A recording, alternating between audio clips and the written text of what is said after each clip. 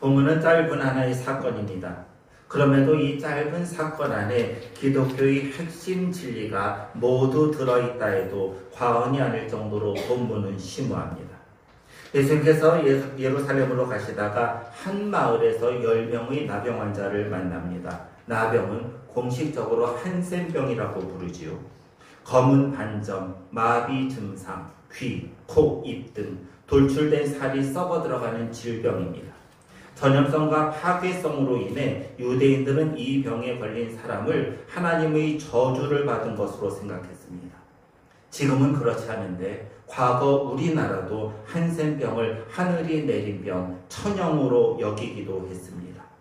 12절을 보면 예수님이 한 마을에 들어가시자 10명의 한센병 환자들이 예수님을 만나 멀찍이 서 있습니다. 이렇게 행동하는 데는 이유가 있습니다.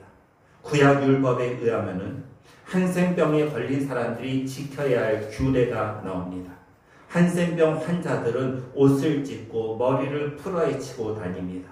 그러다가 사람을 만나면 입술을 가리고 나는 부정하다, 나는 부정하다를 외쳐야 합니다.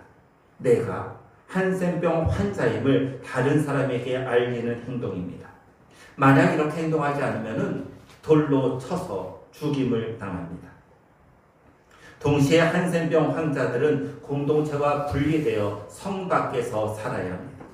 그러기에 이들은 예수님을 만났음에도 가까이 오지 못하고 멀리 서 있을 뿐입니다. 이들은 멀리 서서 가만히 있지 않습니다. 이들이 한 행동이 나옵니다. 13절을 보시기 바랍니다. 함께 읽으십니다. 소리를 높여 이르되 예수 선생님이여 우리를 불쌍히 여기소서 하고는 이 13절을 한 단어로 표현해 보시기 바랍니다. 13절을 한 단어로 표현하면 무엇인가? 믿음입니다. 한센병 환자들은 예수님을 향해 소리 높여 외칩니다. 한센병 환자는 귀, 코, 입 등 돌출된 부분이 썩어 들어가기에 큰 소리를 낸다는 것은 사실상 불가능합니다. 또한 아주 힘든 행동입니다. 그럼에도 이들은 마지막 희망이냐 큰 소리로 예수님을 부릅니다. 이들이 예수님을 부르며 무엇이라 요청합니까? 우리를 불쌍히 여기소서입니다. 불쌍히 여겨달라는 예수님께 자신들의 병을 불쌍히 여겨달라, 자신들의 한센병을 치료해 달라입니다. 이것은 단순한 도움의 요청이 아닙니다. 믿음이 담긴 호소입니다. 왜입니까? 주님은 나를 치료해 줄 능력이 있고 나는 그 능력을 믿는다라는 간절한 외침이기 때문입니다. 이 외침은 예수님의 치료 능력에 대한 믿음을 나타내는 필사적 절규입니다. 한센병 환자들이 믿음이 담긴 간곡한 외침에 주님이 대답하십니다. 14절 상반절을 보세요. 보시고 이르시되 가서 제사장들에게 너희 몸을 보이라 하시니. 여러분 이 14절 상반절을 한 단어로 표현해 보시기 바랍니다. 무엇일까요? 순종입니다. 가서 제사장들에게 너희 몸을 보이라. 이것은 한센병 환자들에게 순종을 요구하는 말씀입니다. 예수님 당시 제사장들이 의사의 역할을 대신했지요. 한센병이 나았는가 그렇지 않은가를 판단하는 것이 제사장이었습니다. 그러기에 제사장들에게 내 몸을 보이라는 말씀은 너희들의 한센병이 나았으니 제사장들에게 가서 최종적으로 확인받으라는 뜻입니다. 이 말씀은 순종을 나타냅니다. 한센병에 걸린 10명이 자신의 병을 치료해달라고 예수님께 믿음으로 호소했습니다. 예수님은 이에 대해 가서 제사장들에게 너희 몸을 보이라고 말씀하십니다. 예수님은 특별한 치료를 하지 않으셨습니다. 예수님이 말씀대로 가서 제사장들에게 그들의 몸을 보이기만 하면 됩니다. 말씀 그대로 행동하는 것. 말씀 그대로 가서 제사장에게 보이는 것. 이것이 순종입니다. 이어지는 말씀 14절 하반절을 보시기 바랍니다. 그들이 가다가 깨끗함을 받은지라 라는 말씀이 나오죠.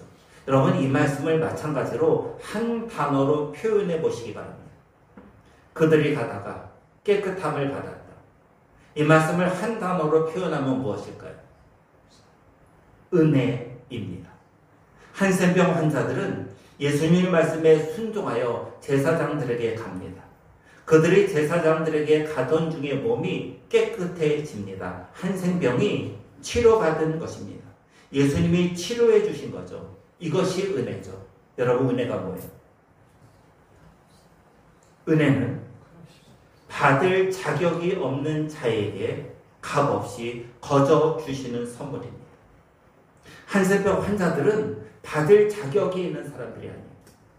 그들은 하늘에서 내린 벌, 하나님으로부터 받은 벌, 하나님으로부터 받은 징계가 있는 사람이에요. 그러니 받을 자격이 없는 사람들이죠.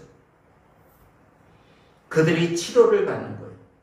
그들에게 치료받을 만한 선한 행동이 있는 것도 아닙니다. 물론 의사의 치료 행위를 포함한 그 어떤 노력도 없습니다. 예수님이 한센병 환자들에게 값없이 주신 선물로 치료받았습니다. 이것이 바로 은혜입니다. 예수님이 거둬주신 은혜로 한센병 환자들은 깨끗해졌습니다. 우리도 마찬가지죠. 여러분, 우리 모두는 받을 자격이 없는 사람이에요. 그럼에도 선물을 받았어요. 에베소서 2장을 보면 이런 말씀이 나와요. 우리는 허물과 죄로 죽었던, 이미 죽었던 과거형이에요. 이미 우리는 허물과 죄로 죽었어요. 허물과 죄로 죽었으니 받을 자격이 없죠. 그런데 에베소서 2장 8절에는 이런 말씀이 이어집니다. 너희는 그 은혜에 의하여 믿음으로 말미암아 구원을 받았으니 이것이 너희에게서 난 것이 아니요 하나님의 선물이라입니다. 주님은 우리에게 은혜를 주셨습니다. 값없는 선물을 주신 것입니다. 그 값없이 은혜로 주신 선물이 무엇인가? 구원이에요. 하나님의 자녀가 되었고 천국 소망이 있으며 영생의 기쁨이 있습니다. 우리와 같이 이미 허물과 죄로 죽었던 사람들, 받을 자격이 없는 사람들에게 주님은 선물을 주셨고 그 선물은 구원이라는 거예요. 그것이 바로 은혜입니다. 하나님의 자녀가 되었다는 것, 값없는 선물을 받았다는 것, 이것이 바로 은혜입니다. 10명의 한센병 환자들을 은혜로 치료받았습니다. 그렇게 은혜로 값없는 선물로 치료받았음에도 10명의 행동은 둘로 나누어집니다. 16절을 보시기 바랍니다. 함께 읽으십니다. 예수의 발 아래 엎드려 감사하니 그는 사마리아 사람이라. 16절에 의하면 10명 중 단 1명만 예수님께 감사합니다. 그 앞을 보면 하나님께 영광도 돌려요. 하나님께 영광을 돌리며 감사해요. 그리고 발 앞에 엎드리죠. 발 앞에 엎드린다, 이 표현은 동서고금을 막론하고 최대의 경의와 존경을 표할 때 사용하는 행동입니다. 예수님께 감사한 사람은 누구인가? 사마리아 사람입니다. 사마리아 사람들은 이스라엘을 모두 세 부분으로 나누면요, 맨 밑은 유대, 그리고 가운데는 사마리아, 그리고 맨 위가 갈릴리죠.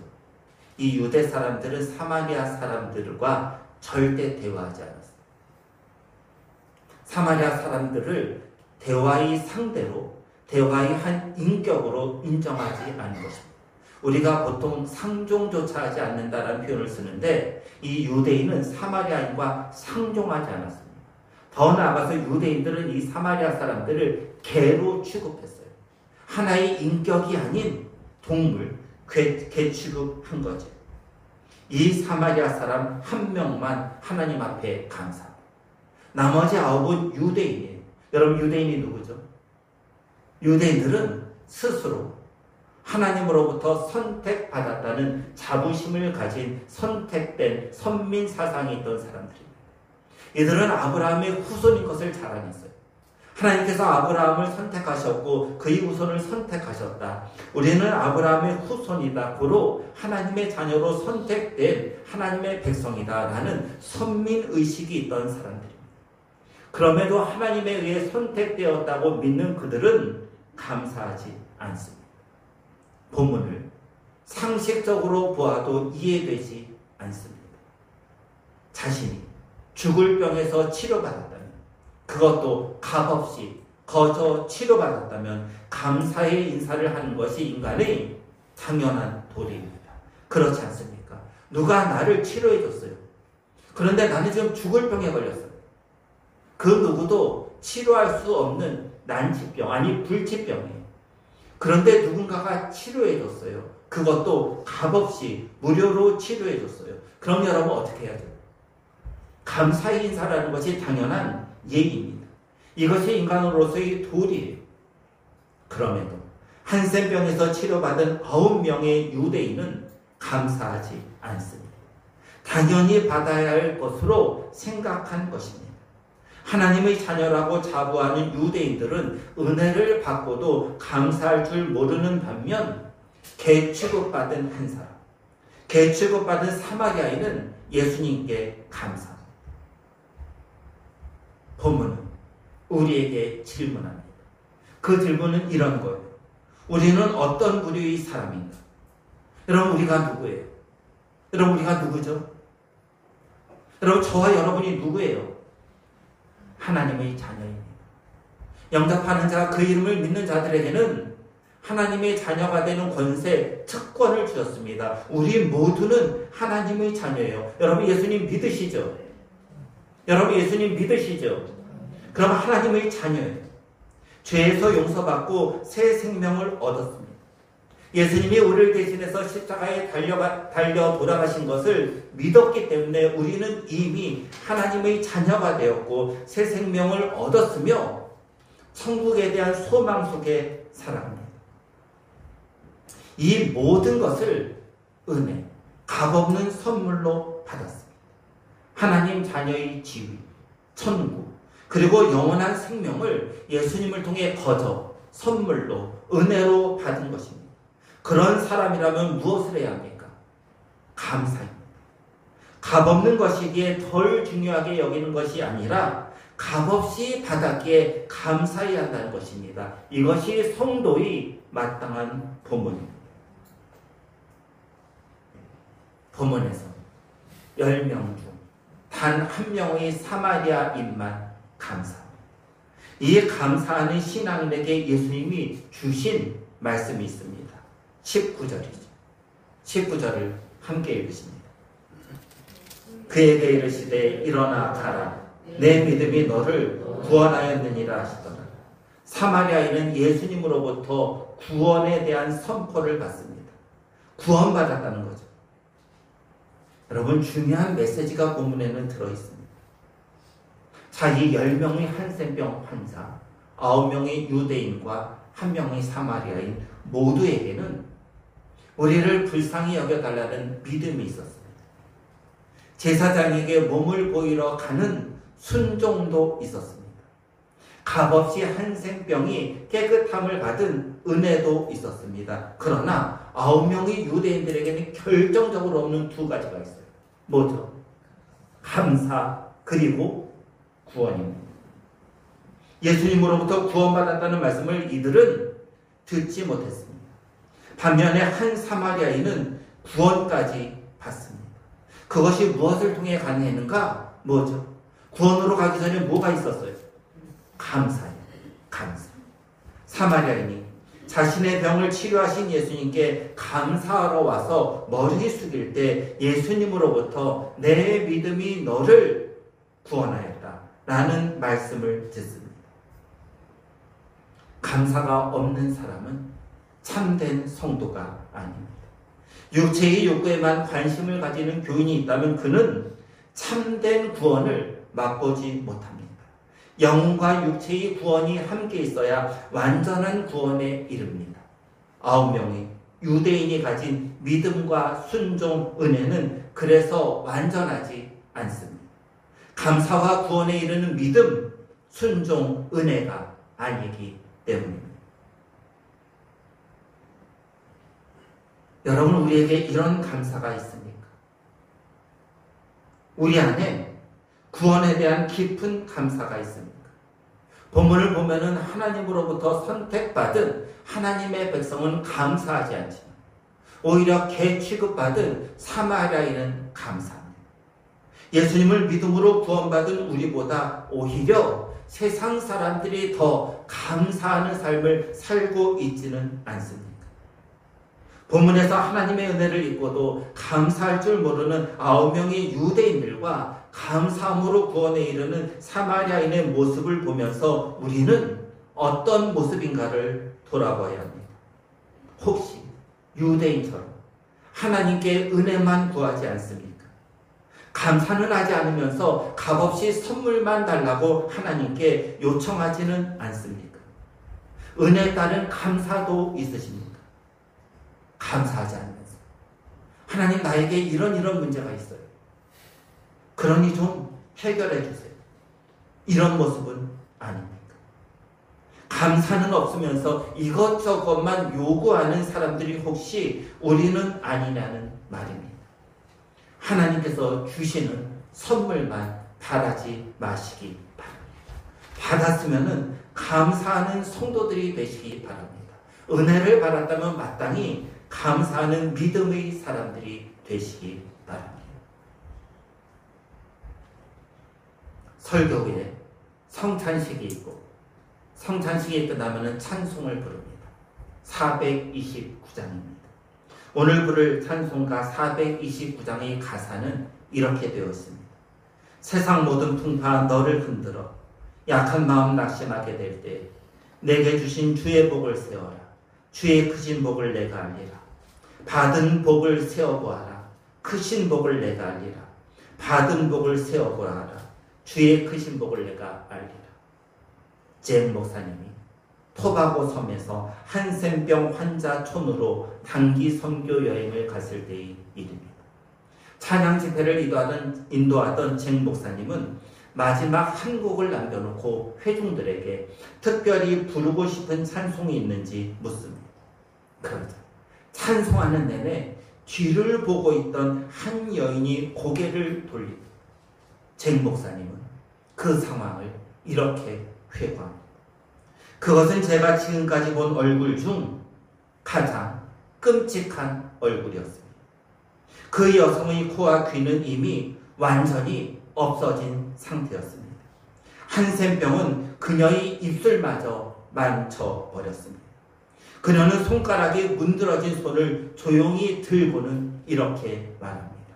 목사님, 받은 복을 세어보라를 찬양해도 될까요?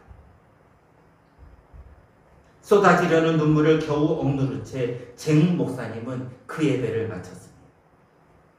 예배를 마치고 돌아오는 길에 한 동료가 목사님께 조용히 말합니다. 목사님, 저는 앞으로 그 찬송을 부를 수 없을 것 같습니다. 쟁 목사님은 이렇게 대답합니다. 아마 나도 오늘처럼은 절대 부르지 못할 것입니다. 사랑하는 성도 여러분, 한센병 환자가 그것도 살이 녹아내리는 썩어 가장 끔찍한 얼굴을 가진 그 환자가 코와 귀, 입술마저 완전히 망가져버린 그 환자가 그리고 손가락이 완전히 뭉그러진 그 환자가 손을 들고 받을 복을 세어보아라를 찬양하고 싶어합니다. 그분에게 얼마나 많은 복이 있길래 받은 복을 세어보아를 찬양할까요? 우리는 어떠합니까? 우리는 건강합니다. 코도 아름답고 귀도 아름다우며 입술, 손 모두 아름답습니다. 건강한 사람이 우리가 볼 때 그녀는 과연 얼마나 많은 복을 받았을까요? 그럼에도 코와 귀, 입술, 그리고 손가락이 문드러진 그분은 받은 복을 세어보아를 찬양합니다. 누가 더 많은 복이 있습니까? 우리일까요? 아니면은 그녀일까요? 오늘은 매추감사 주일입니다. 2025년 1월부터 6월까지 상반기를 돌아보며 감사한 것을 헤아리고 하나님께 감사하는 시간입니다. 2025년 상반기 동안, 아니 지금까지 살면서 한번 받은 복을 세어보시기 바랍니다. 따스한 가정, 잠잘 수 있는 집, 걸어서 나올 수 있는 건강, 일할 수 있는 직장, 아름다운 풍경, 바로 옆에 있는 좋은 성도와 교회, 그리고 전쟁이 없는 평화로운 이 나라 정말 많습니다. 물론 이렇게 살아 숨쉬는 것도 복입니다. 또한 수많은 사람들 중 예수 그리스도를 주로 믿고 하나님의 자녀가 되었다는 것은 정말 말할 수 없는 큰 복입니다. 나의 이익만을 위한 믿음과 순종, 은혜를 구하지 마시기 바랍니다. 사마리아인처럼 믿음과 순종, 그리고 주신 은혜가 있다면 그것에 감사하는 성도들이 되시기 바랍니다. 그때 주님은 그런 성도를 향해, 감사가 있는 성도를 향해 내 믿음이 너를 구원했다고 선포하실 것입니다. 매주 감사절을 받은 은혜를, 그리고 받은 셀 수 없는 복을 헤아려 보고 감사하는 성도들이 되기를 예수 그리스도의 이름으로 간절히 소원합니다. 기도드리십니다. 하나님, 받은 복을 세어보도록 인도해 주옵소서. 하나님께서 우리에게 주신 수많은 복, 그것을 세워보고 감사하는 성도들이 되도록 인도해 주옵소서. 우리에게 수많은 은혜, 하늘문을 여시고 때를 따라 돕는 수많은 은혜를 주셨는데 그 은혜에 감사함으로 내 믿음이 너를 구원했다라는 구원의 은혜를 다시 받는 모든 성도들, 감사함으로 구원에 이르는 우리 모두 되도록 붙들어 주옵소서. 우리 입술의 불평, 우리 입술의 원망을 그치게 하시고 감사함으로 살아가 2025년을 마무리할 때, 아니 우리 인생을 마무리할 때 하나님께 감사합니다 라고 말하며 주의 품에 안기는 모든 성도들 되도록 인도해 주옵소서. 우리 주 예수 그리스도의 이름으로 기도드립니다. 아멘.